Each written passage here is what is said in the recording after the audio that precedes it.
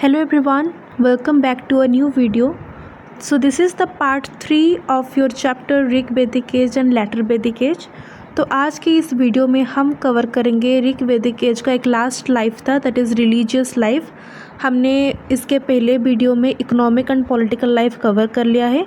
This is the last part, so let's start. तो religious life में पहले तो बात करते हैं कि वो कौन से गॉड को वर्शिप करते थे या फिर उनके किस टाइप के गॉड थे। तो फर्स्ट इज़ नेचर वर्शिप। इसका मतलब कि वो नेचर को एज अ गॉड वर्शिप करते थे। Gods were classified into 3 categories. तो वो क्या करते थे कि उन्होंने गॉड को 3 कैटेगरी में डिवाइड कर दिया है एंड ईच कैटेगरी में 11 गॉड्स हैं। सो टोटल उनका बनता है 33। ठीक है। सो 3 जो कैटेगरी है वो है terrestrial sphere, intermediate sphere and celestial sphere.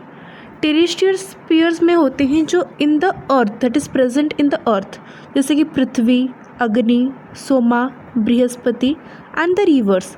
ये उनके होते हैं टेरेस्ट्रियल स्फीयर के गॉड्स। फिर आते हैं इंटरमीडिएट गॉड्स, जैसे कि इंद्र, अपम नपत, वायुवता, प्रज्ञय, मारुत, मातरिश्वन। तो ये सारे जो होते हैं वो इंटरमीडिएट स्फीयर पे होते हैं। ठीक है। फिर आता है उनका सिलेस्टियल स्फीयर, जिसमें वरुण, मित्रा, सूर्य, पुष्ण, विष्णु, आदित्य, उषा, दायुस, अश्विनी। तो ये सारे जो हमने तो यहाँ पर पूरे 33 गॉड्स तो नहीं पढ़ने, हमें सिर्फ कुछ चीज़ों को याद रखना है। तो इम्पोर्टेंट यहाँ पर है कि आपको याद रखना है कि उनके 3 कैटेगरी के गॉड उन्होंने डिवाइड किया था under nature worship and each category में 11 गॉड्स थे। सो टोटल उनका बनता था 33 गॉड्स। तो 3 डिवीजन क्या है, terrestrial, intermediate and celestial sphere. Let's move on to description of gods. तो ये बोला जाता है कि उस टाइम पर जो भी गॉड्स थे वो उन सभी को किस नाम से बोलते थे। पहला है पृथ्वी। पृथ्वी का मतलब होता है अर्थ। सो पृथ्वी को वो as a personification of earth के हिसाब से वो वर्शिप करते थे। सेकेंड इज उषा, जिसको बोला जाता था गॉडेस ऑफ डॉन। डॉन का मीनिंग होता है कि जो सनलाइट होता है और the light that comes after sunrise in the morning में जो पहली लाइट जो आती है उसको वो वर्शिप करते थे एज अ गॉडेस, जिसको बोला जाता था उषा। फिर रात्रि बोला जाता था स्पिरिट ऑफ नाइट। ठीक है। Aranyani is the goddess of forest. Indra, ये आपका इम्पोर्टेंट है क्योंकि ये इंद्र को बोला जाता था god of war and weather and it is the most powerful god of Vedic age. फिर गॉड ऑफ विंड कौन थे, Marut, chief in the ethereal middle region. ये दोनों आपके इम्पोर्टेंट है, Indra and Marut.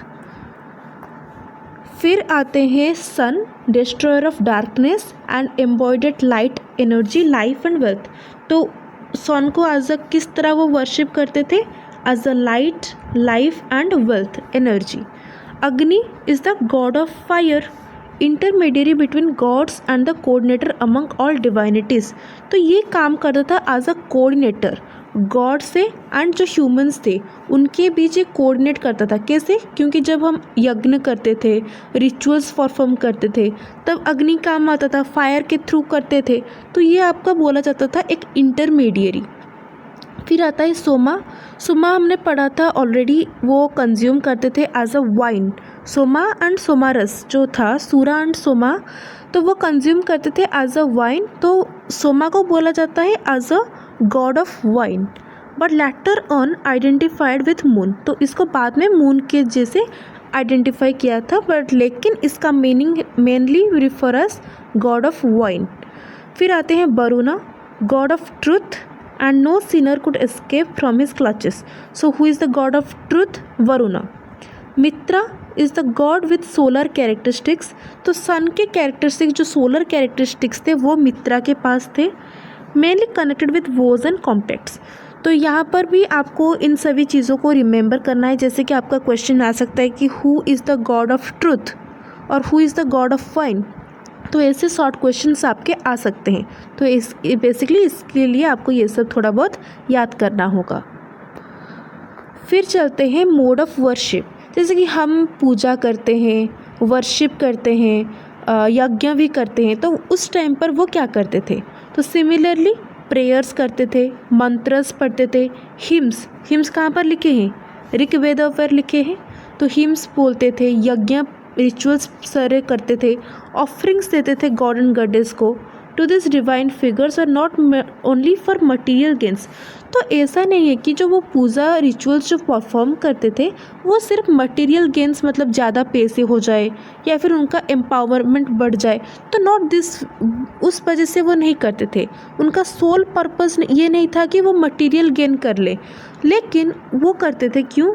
Enlightenment, knowledge, उनका नॉलेज वृद्धि हो, एनलाइटमेंट हो, इसके वजह से भी वो प्रेयर्स वर्शिप्स करते थे।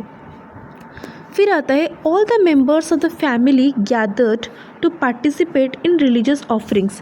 तो ऐसे होता था कि जो सैक्रिफाइसेस जब परफॉर्म होते थे, कोई रिलीजियस एक्टिविटीज़ होती थी, तो सारे फैमिली मेंबर्स एक साथ होकर वो परफॉर्म करते थे एंड वो गॉड को वेरियस चीज़ें भी ऑफ़र करते थे। तो जैसे कि मिल्क, घी, ग्रेन्स, फ्रूट्स, सुमरस, ये सारे वो गॉड्स को ऑफ़र करते थे। फिर चैंटिंग ऑफ गायत्री मंत्र was most popular in this regard which was recited daily. तो गायत्री मंत्र भी बहुत ही प्रिवेलेंट था, वो डेली इसको रिसाइट करते थे। फिर आता है मोनोथिज्म। मोनोथिज्म का मीनिंग होता है कि believe in one God. Mono मतलब क्या होता है कि वन, तो जो वन एक गॉड पर बिलीव करते थे उनको बोला जाता था मोनोथिज्म। पर आपके मन में ये डाउट होगा कि जो आर्यंस थे, जो ऋग्वैदिक एज पीरियड में, वो तो बहुत सारे गॉड्स को मानते थे, नेचर गॉड, फिर सन, मून, ये सारे, इंद्र, आर्यन, सभी बहुत सारे गॉड्स को वो मानते थे। तो लेफ्ट तो कैसे हो गया कि वन गॉड कैसे हो गया? तो इसका आंसर यहीं पर है कि the worshipping of various forces of nature as gods generally gives the impression that Aryans were polytheist. तो जो हम यहाँ पर देख रहे हैं कि वो बहुत सारे गॉडेस, जैसे कि हमने यहाँ पर 11 गॉडेस के बारे में बात की, गॉड्स एंड गॉडेस 11 के बारे में बात की, तो ये माना जाता है कि आर्यन जो थे वो पॉलीथिस्ट थे। पॉलीथिस्ट मतलब जो एक गॉड पे नहीं, बहुत सारे गॉड पे बिलीव करता है। तो ये जनरल व्यू है कि सारे जो लोग देखेंगे वो ये सोचेंगे कि आर्यंस जो थे वो पॉलीथिस्ट थे, मतलब वो बहुत सारे गॉडेस को पूजा करते थे। लेकिन अकॉर्डिंग टू देम, जो आर्यंस खुद बिलीव क्या करते थे कि वो सिंगल गॉड को ही पूजा कर रहे हैं, और जो इतने सारे जो वो टाइप्स देख रहे हैं ना, वो एक ही गॉड के फॉर्म से, मतलब जो सिंगल जो ट्रुथ है उनका, सिंगल एब्सोल्यूट ट्रूथ, वो एक ही गॉड है, एंड जो बाकी जो सब पढ़ रहे हैं वो उनके फॉर्म्स हैं, ठीक है। Besides worshipping several natural phenomena, Aryan sincerely believed in a single absolute truth. तो वो मानते थे एक ही गॉड को, एक ही ट्रूथ को मानते थे, pre permeating all of them. So Rigveda describe क्या करता था? गॉड इज़ वन, गॉड एक है, बट वो जो लोग हैं वो उनको डिफरेंट फॉर्म में रिप्रेजेंट कर रहे हैं। जो सेजेस हैं, जो नॉलेजेस पर्सन है, वो गॉड को डिफरेंट फॉर्म्स में बोले जाते हैं। कोई एक ब्रह्मा बोलता है, कोई ईश्वर बोलता है। तो ऐसे गॉड एक है, लेकिन सबका जो इंटरप्रिटेशन है वो डिफरेंट है गॉड को लेकर, सब डिफरेंट मानते थे। तो इसके वजह से जो आर्यंस को और ऋग्वैदिक एज पीरियड को हम बोलते थे मोनोथिज्म। फिर चलते हैं डॉक्ट्रिन ऑफ कर्मा।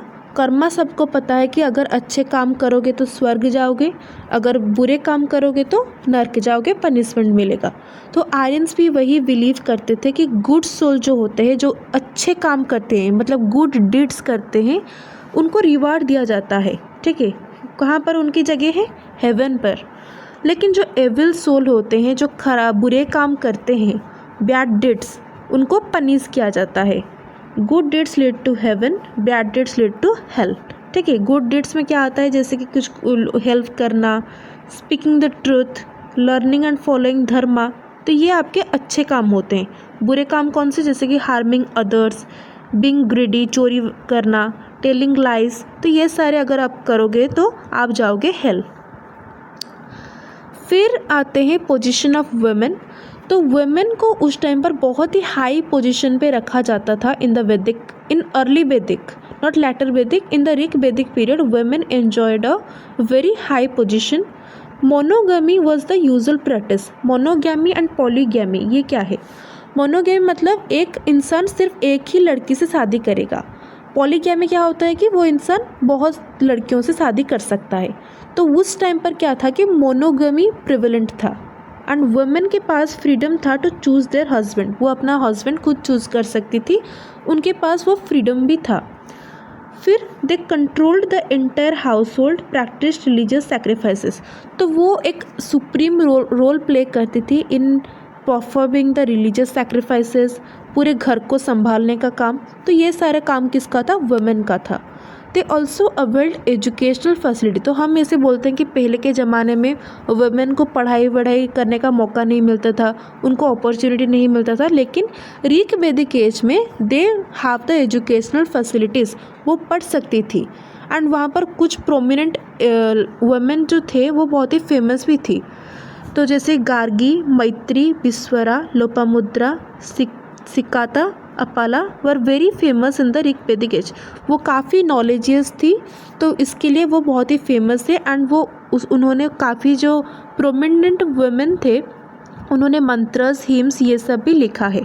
ठीक है, तो ये आपका इम्पोर्टेंट है, ये क्वेश्चन में आ सकता है कि कौन से वुमेन थे फेमस थे, तो इसको आपको याद कर लेना है। The tradition was that women remain under the guidance of father after marriage, under the protection of a husband, after death of a husband, protection of son. तो जो वुमेन है वो एक सेकेंडरी कैरेक्टरिस्टिक्स प्ले करती थी।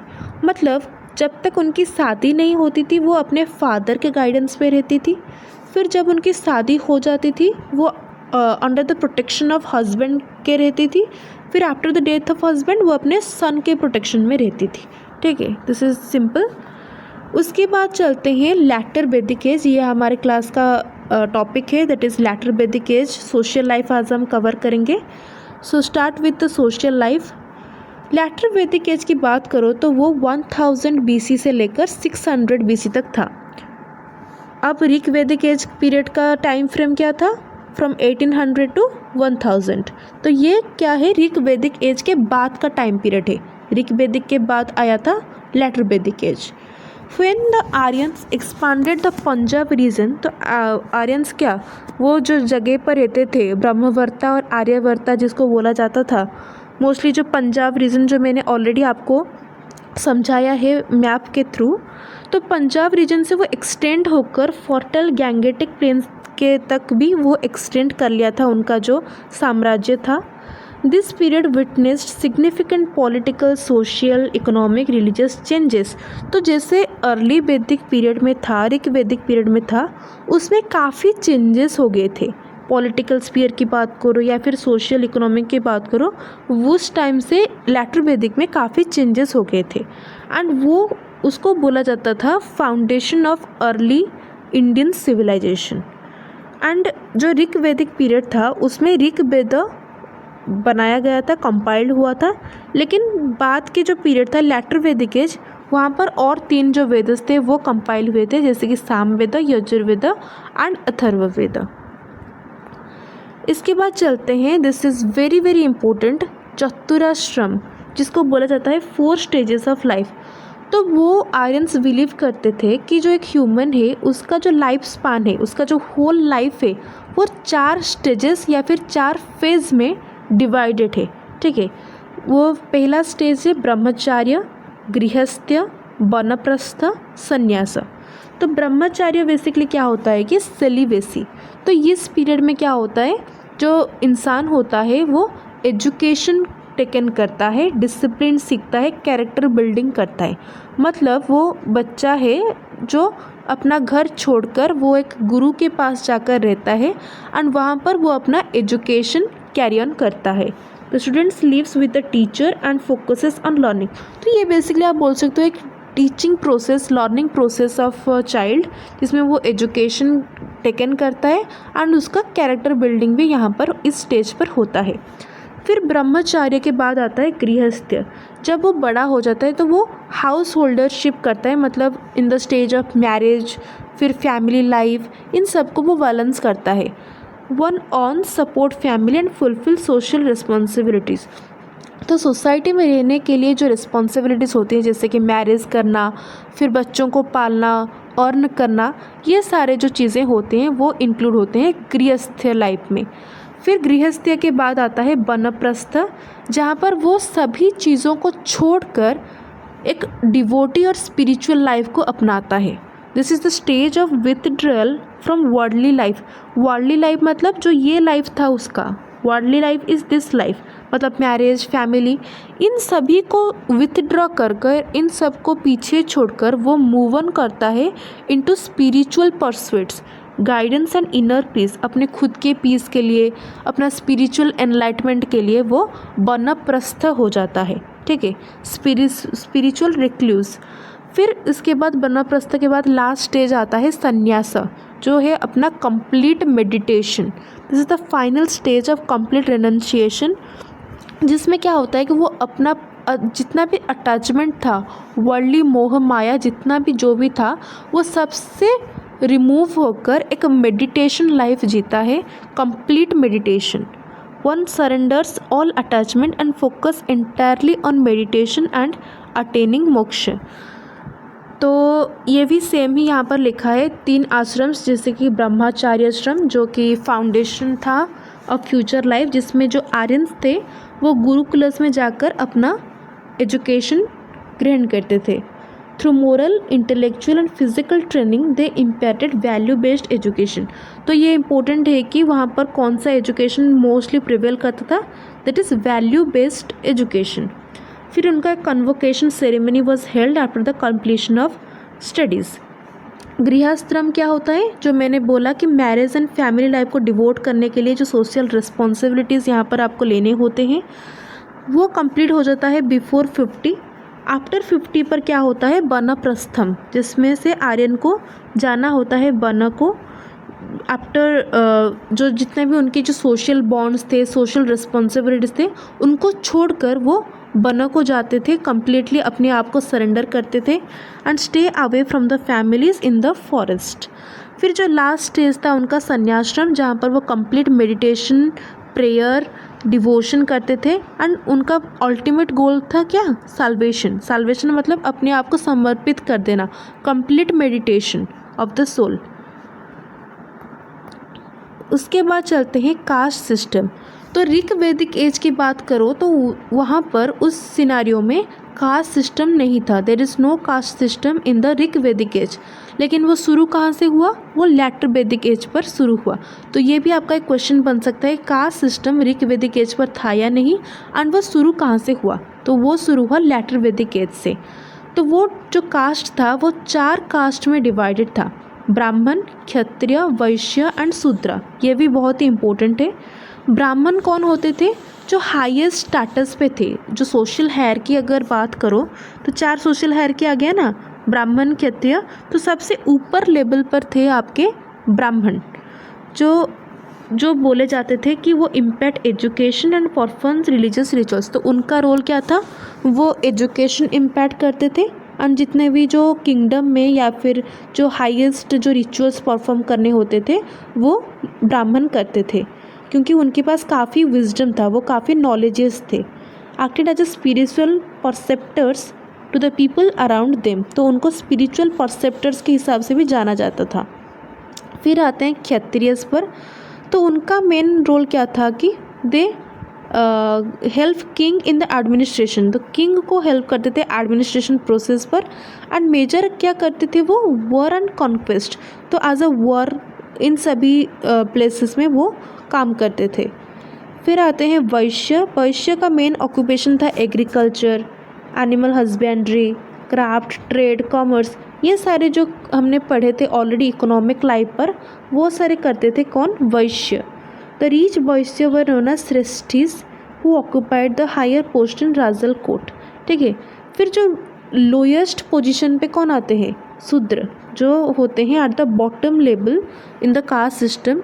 तो उनका main शूद्र का काम क्या है, वो इन तीनों को हेल्प करता है एज अ सर्वेंट, और सर्वेंट बोल सकते हो, वर्कर बोल सकते हो, वो इन तीनों हायर कास्ट को सर्व करता है। एंड उनको बोला जाता था अनटचेबल, क्योंकि उनको सोसाइटी से एकदम से एलिमिनेट कर दिया था, तो that is why they are called as untouchable.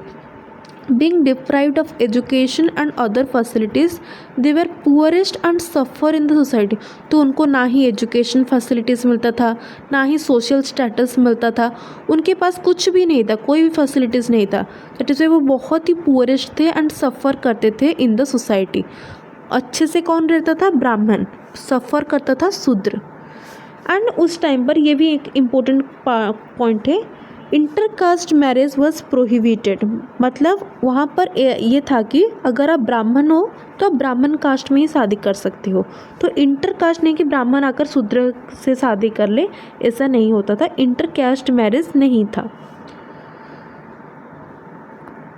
फिर आते हैं एजुकेशन पर। तो वो एजुकेशन में क्या क्या सब्जेक्ट्स पढ़ते थे?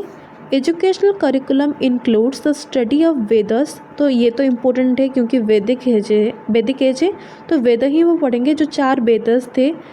फिर उपनिषद पढ़ते थे, philosophy, grammar, rhyme and mathematics, ये सारे उनके करिकुलम थे।